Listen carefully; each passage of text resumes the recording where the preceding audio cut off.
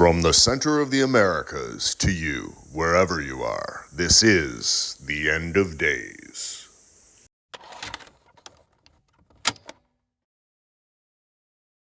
Hello, exiles, and welcome back to the End of Days podcast, where we seek to make a connection, spiritually and otherwise, with all you lonesome losers out there, fugitives, you refugees, in your own country or in another. Maybe you just feel a little bit dispossessed as of late. I don't blame you. I do. Coming at you south of the Rio Grande, north of the Darien Gap, right here in the middle of the Americas. It's a lovely Monday morning today. There's a little bit of a breeze. And let me tell you, the breeze makes all the difference. And it's not a bad deal. It's not a bad idea. It's not a bad thought, because today we are beset on all sides. And sometimes it's just better to get out of the way, if you can. If not, I understand. Not everybody can. So I was thinking that perhaps all three of you who may be listening would like to know a little bit more about who it is that's speaking to you. And so today I'd like to go into a little bit of detail on where I'm coming from. So I used to think that my church, my spiritual foundation, was the outdoor concert hall. And in the summers, I would go out and hang a bit in the dust and the dirt, the wind blowing, the bluegrass music playing. But maybe now I realize my church is the commiseration that I experience via the like-minded. And this I find through the form of the internet. Go figure. This is the world in which we live now. And also the books I consume. In my youth, I always abhorred change because of the experience I had growing up. My parents' broken marriage. That ultimately in turn broke me. And I was sitting watching podcasts the other day, because that's pretty much all I consume. I don't watch network television or very much in the way of movies or any of it anymore. It's pretty much just podcasts, because that's the only content out there that I find to be of any value. It's the only thing that has any meat on the bones, the only thing of any value. So, I was watching this guy who I never really followed. I never watched him much when he was on network television. He was, I don't know where he was. I guess he must have been on Fox. His name's Tucker Carlson, and I'm sure you know who he is. So I pretty much never paid much attention to him. But, he's got this podcast out there, and so I was watching it the other day. I came across it, and I started to think about where this guy's coming from, because he's a blue blood from the East Coast, came from a lot of money, but he doesn't really come off that way. I'm sure it's in there, but he doesn't really come off that way. He seems to me, as far as I can tell, a really thoughtful guy. And so I was listening to him, and he was speaking to a guy named Tucker Max. So the two Tuckers were talking, and Carlson was talking about how his parents had been divorced when he was young, and how that screwed him up, and how he had sought this notion of solidity in his life, and he abhorred change. And I realized that was the same experience I had growing up. And it's funny how two people can have a similar experience and have the same reaction. Not surprising altogether, but interesting nonetheless. And it really got me thinking, because it hit me hard. I realized, oh my goodness, that's exactly what my experience was. That's exactly how I felt when I was a kid. I mean, I just wanted things to be the same. And then ultimately, that turned into my friends are more important than my parents, of course. And, to me, my friends were everything in the world. Now that I'm so much older, I realize they too are like, whatever.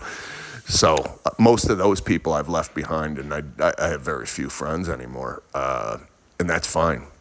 And the family I talk to, especially my parents, not so much my siblings. Anyway, what an interesting deal. So it's gotten me thinking, what is going on here? And having gotten out has been the greatest decision I ever made. I am so glad not to be in the States anymore, because I really do think it's the epicenter of everything that's about to come down. And it's going to get really, really hard if you're there, especially if you're in a city. If you're in a city, I dare say you're screwed. Get the hell out. If you don't want to leave the country, I understand. People, for one reason or another, decide that they cannot or will not do that.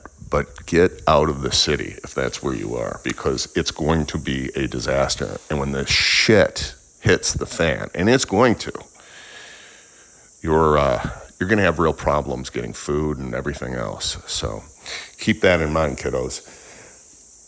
Anyhow, taking this a step further, it's gotten me thinking about a movie. And like I said, I don't really watch many movies anymore, but I used to. And one of the great movies of all time, one of the greatest movies ever made, in my opinion, is The Matrix. We're all familiar with it, I think. And you realize it's been 25 years this year since that movie came out. 25 years ago this year. That's pretty amazing. And it's like, wow. The Matrix is that kind of movie that stays in the back of your mind. I mean, for 25 years, I've never not thought about that movie from time to time. Isn't that interesting?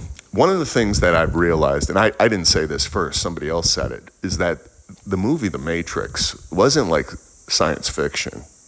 As it turns out, with the clarity of a little bit of time passing, it's easy to see that movie, The Matrix, was in fact a documentary. And it's obvious now to me and to many others that the experience that we're having here on this earth is not, in any sense of the term, this isn't a real world. This is the Matrix, right? Some people think that's a real funny idea and they can't wrap their brains around it. But if you stop and consider what it is that we're being told about this world we live in and how everything fits just so, it's a math equation. It's a timepiece. That's what this world is. It was created, and there's absolutely no doubt about it. The powers that be have tried for hundreds of years, maybe longer, to convince us that we are a product of evolution. What a ridiculous idea. So dumb. So anyway, we won't talk about evolution today because that's a whole nother topic. But, I got thinking about The Matrix most recently because I was watching another podcast with a dude whose name is Jeff Berwick. He's been around for a little while, and he's a pretty successful dude. He's about my age. And he's an interesting guy. He walks around with a selfie stick, and he takes you on a walk and talk for an hour to an hour and a half at a shot, and he's really, really good. And he's the type of person who gets it because he's constantly saying, hey, you know what? I'm enjoying this end of the world thing, and I'm not worried about it because none of this is actually real anyway.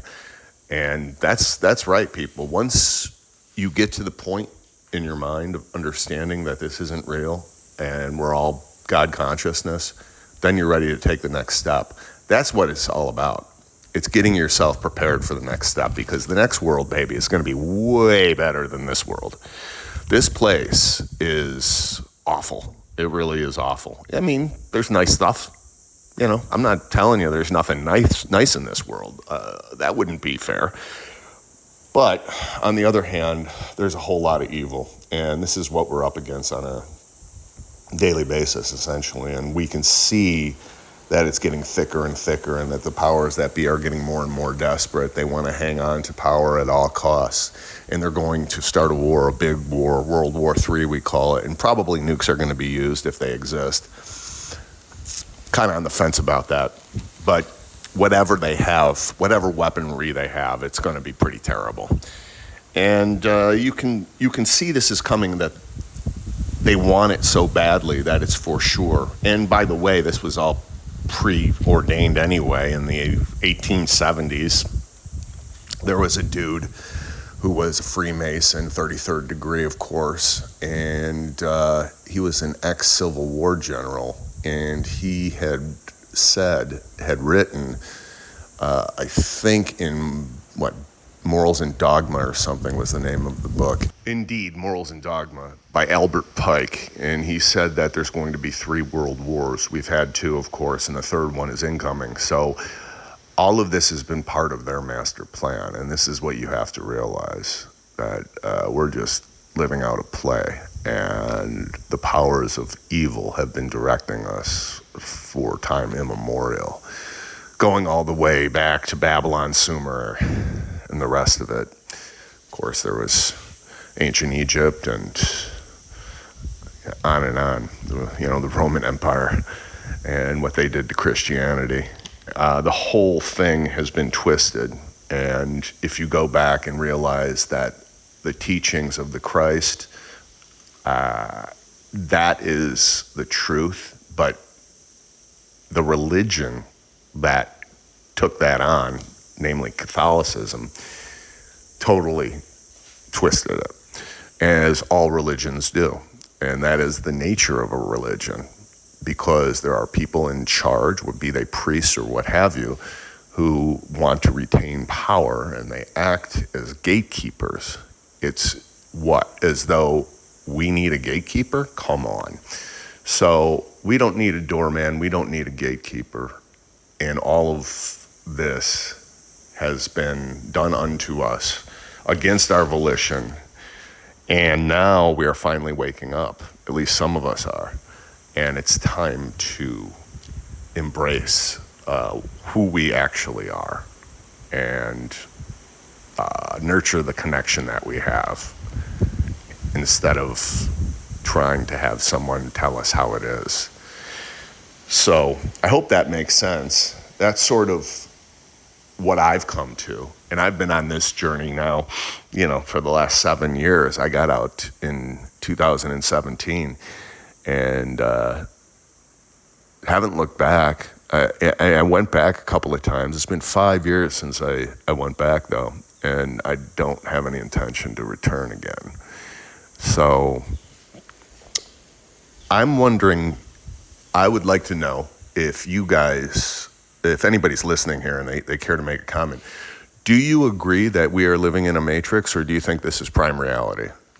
Because a lot of people today, as you may well be aware, feel that, oh yeah, geez, we're living in a matrix. And as Elon famously said, there's like 1 in a billion chance that this is prime reality. You can say, I don't buy it. I think this is real. I totally respect that opinion.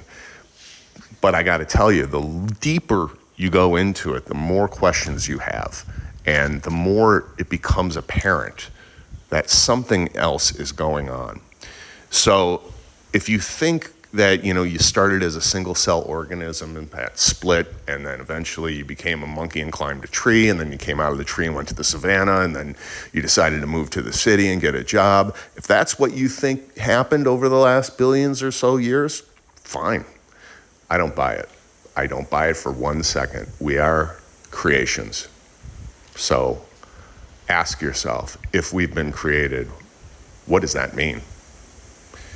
I'll leave it at that. Let me know if you think we're in a matrix, or if you think this is prime reality, and why. And next time we'll pick up on another topic. There's several different people I'd like to talk to you guys about who I think are making a difference in this world. Last time we talked about Vandana, and next time it's probably going to be somebody else, but it might be an entirely different topic. Nobody knows. In any case, be well. We'll talk soon. Where do we go from here? So much to talk about. God helps those who help themselves. So whatever you do, work at it with all your heart. Be mindful, be helpful unto others, for there is salvation, and that salvation may be your own, and you not even know it. CB wanted me to mention, thanks for listening. If you like this content, please consider liking and subscribing. It really helps.